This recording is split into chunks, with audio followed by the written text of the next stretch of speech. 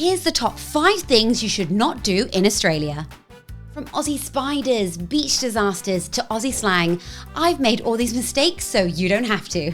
So to avoid a trip to the hospital or a hefty fine, make sure you don't do these 5 things and you'll have the best trip in Australia. Also at the end, I'll reveal the most dangerous thing Aussies do in Australia. The secret's gonna come out. Let's go. First up and number 1 on our list, don't swim outside the flags. The beaches in Australia are some of the most beautiful in the world. Clear sands, sparkling blue water, it's very tempting to just jump in right away. But so many tourists swim in rips, thinking they're safe, only to find themselves in trouble.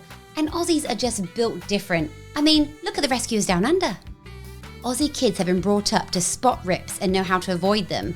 And rips are really strong currents that can just take you out to sea. But to me, being the tourist, it just looks like a nice calm part of the ocean. But nope, I had to be rescued. And I could even hear my mates on the beach yell out, "Oi, who's gonna rescue the Brit?" Sorry. And sometimes on the beach you'll see these cute little blue bubbles. Oh, aren't they nice? No, they're blue bottle jellyfish. And there's even a blue bottle jellyfish season. And these tiny little jellyfish can pack a very nasty sting. So listen to the lifeguards and swim between the flags and pay attention to any of these notices because they put those flags there for a reason. They've done the hard work, so you don't have to.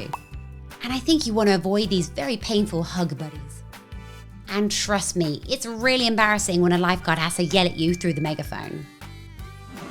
Number 2, don't feed the wildlife. I know, kangaroos and koalas and possum, they're all irresistibly cute.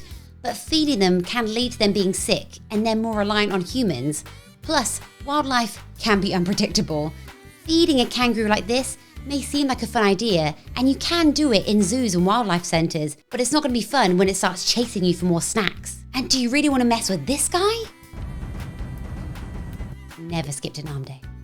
My motto is, don't bother it and it won't bother you. Oh, and just an FYI, so you don't freak out like I did when I first saw this dinosaur-looking, dead-eyed bird. It's not actually dangerous. This is an ibis, but Aussies call it the bin chicken because it will just rummage around through bins. And if you don't understand what I'm talking about, just watch an episode of Bluey. They're basically harmless birds like giant pigeons. I just didn't know that when I first saw it. I mean, it looks like a pterodactyl. My advice is just enjoy the wildlife, but from a safe distance. And because we're talking about wildlife, of course we have to talk about spiders. I hate spiders. So Australia is known for its variety of spiders, including some like the Sydney funnel web and the redback spider, which can be dangerous. However, most spiders, like this massive and yet not deadly huntsman spider, yet they're harmless and prefer to avoid humans. And one of the biggest questions I get from people back home in the UK is like, they will never come to Australia because 1, the flight's too long, and 2, spiders in general. Just to clarify, when you land in Australia, there isn't some kind of King Kong-sized spider waiting outside to get you. Australian spiders prefer dark, undisturbed environments, such as shed, garages, wood piles, etc. And indoors, they prefer areas like closets and attics and behind furniture. So here are my top tips when it comes to spiders if, like me, you're just not a fan. If you've been bitten, don't freak out. Stay calm and seek medical attention quickly as antivenoms are available. And most Aussie spiders just want to be left alone. So keep those screen doors shut and give your shoes and clothes a good shake before putting them on because no one likes an uninvited 8-legged guest. And this is really important to know when it comes to the wildlife. Yes, spiders and snakes are scary and dangerous and what Australia is known for. But in your day-to-day life, what you should really be wary of are the magpies. Don't mess with them. If you see this sign, magpie mating season, pay attention because this is serious. Because Aussie magpies are really aggressive during mating season. So these signs are put up to warn you that if you go near them, they will attack. Aussie magpie mating season can get really aggressive over here, and these birds are like flying ninjas. They will swoop down on you if they feel threatened. And you won't believe me, but when Aussies have to go past these areas, they actually wear things like this. Like helmets with the spikes on. They'll paint eyeballs on the back of helmets. Like this is how some Aussies have to live. Because magpies are endangered, so people can't move the nest, so that is where their nests are. And if you live by one, mating season is not a great time for you. So wear a hat, carry an umbrella, hide in a dustbin, or just do what the sign says and walk slowly or avoid that area altogether. Trust me, it's not worth the swoop of doom. And number 3 are things not to do in Australia. Don't forget to declare everything at the airport. And if in doubt, leave it. Australia has a super strict biosecurity laws to protect its unique ecosystem. And if you're bringing in snacks or souvenirs or anything that's been near nature, you need to declare it, because getting caught with undeclared items can lead to hefty fines. I'm talking cha-ching. I mean, you can't even take fruit into South Australia from Victoria, the state next door. I mean, that's restrictions within Australia, let alone you trying to bring a snack over from somewhere else. Like at the South Australian border, there are bins that you have to put fruit in, because if they catch you, you will be heftily fined. I understand why, they've got to protect the biodiversity, but they're being serious. And in Queensland, they've even banned rabbits. I don't know how wild rabbits know that they're not allowed. Do they just hop up to the border like, oh, wait a minute, that was close. I nearly got a hefty fine there. And number 4 on our list of things you should not do in Australia, and that is diss the coffee.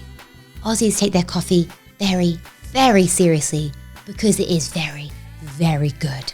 So if you're used to that American style coffee where it's served in giant mugs and sometimes tastes like flavoured water, no offence, well, brace yourself, because Australian coffee is a whole different game. A flat white isn't just a fancy latte, it's practically magic bean juice. The flat white was even invented here in Australia. So if you're looking for your drip coffee, good luck finding it. Instead, it's all about the espresso-based drinks. So embrace the Aussie coffee culture while you're here and get ready for the magic.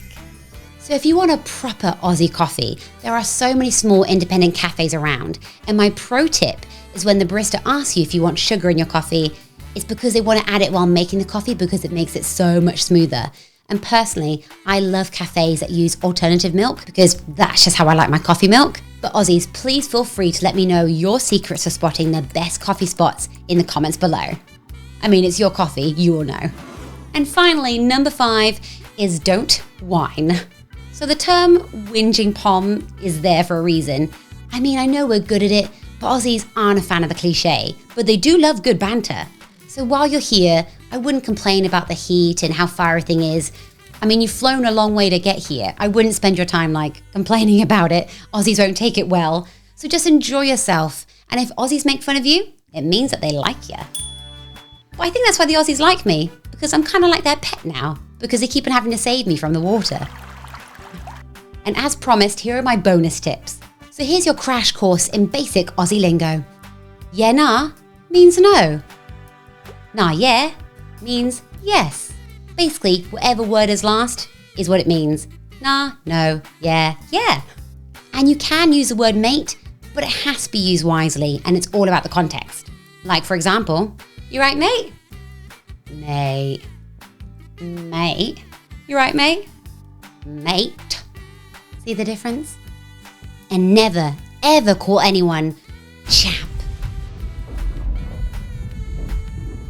I don't make the rules, I just follow them. And for all the Aussies watching, feel free to comment below your favourite Aussie lingo, because I'd love to know. And final bonus tip, and super important to do, is wear sunscreen and don't go out into the midday sun.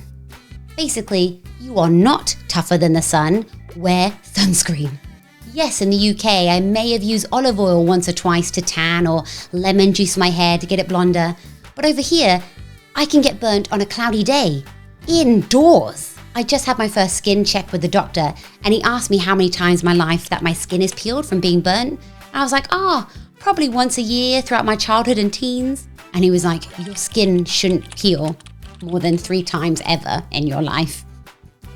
I made the doctor speechless, and he needed a moment to collect himself, and he made me promise to wear sunscreen now and forever. Look, the Aussie sun is just different, so please be sun safe. You'll still get a tan and wear sunscreen.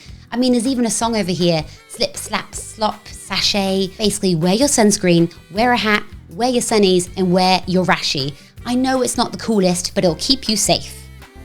And finally, time for me to reveal the most dangerous secret in Australia. Because once you go there, there's no turning back. It's claimed so many Aussies for hours at a time because it's Kmart. The dangerous secret is Kmart. It's not the sea and the spiders and the snakes you got to worry about. It's Kmart, because basically it's a national treasure here. From homewares and clothes, it's got everything you need. And you will lose hours in that store. And in my opinion, it's kind of like a better version of Primark in the UK, or kind of on par with Target in America. But Kmart is dangerous. You don't go to Kmart and tell it what you need. Oh no. Kmart tells you what you need. You'll go in for socks and leave spending $350. And yet somehow still didn't buy the socks. So there you have it, the top 5 things not to do in Australia, and my bonus tips, and the dangerous Kmart secret that every Aussie loves. Even though it's dangerous, I go nearly every week. So follow my tips and you'll be living like a true Aussie in no time. And if you enjoyed this video, please hit that like button, subscribe for more tips and laughs from your favorite, hopefully, British girl living in the Sunshine Coast, Queensland, and comment below your own Aussie do's and don'ts, because I would love to know. See you next time.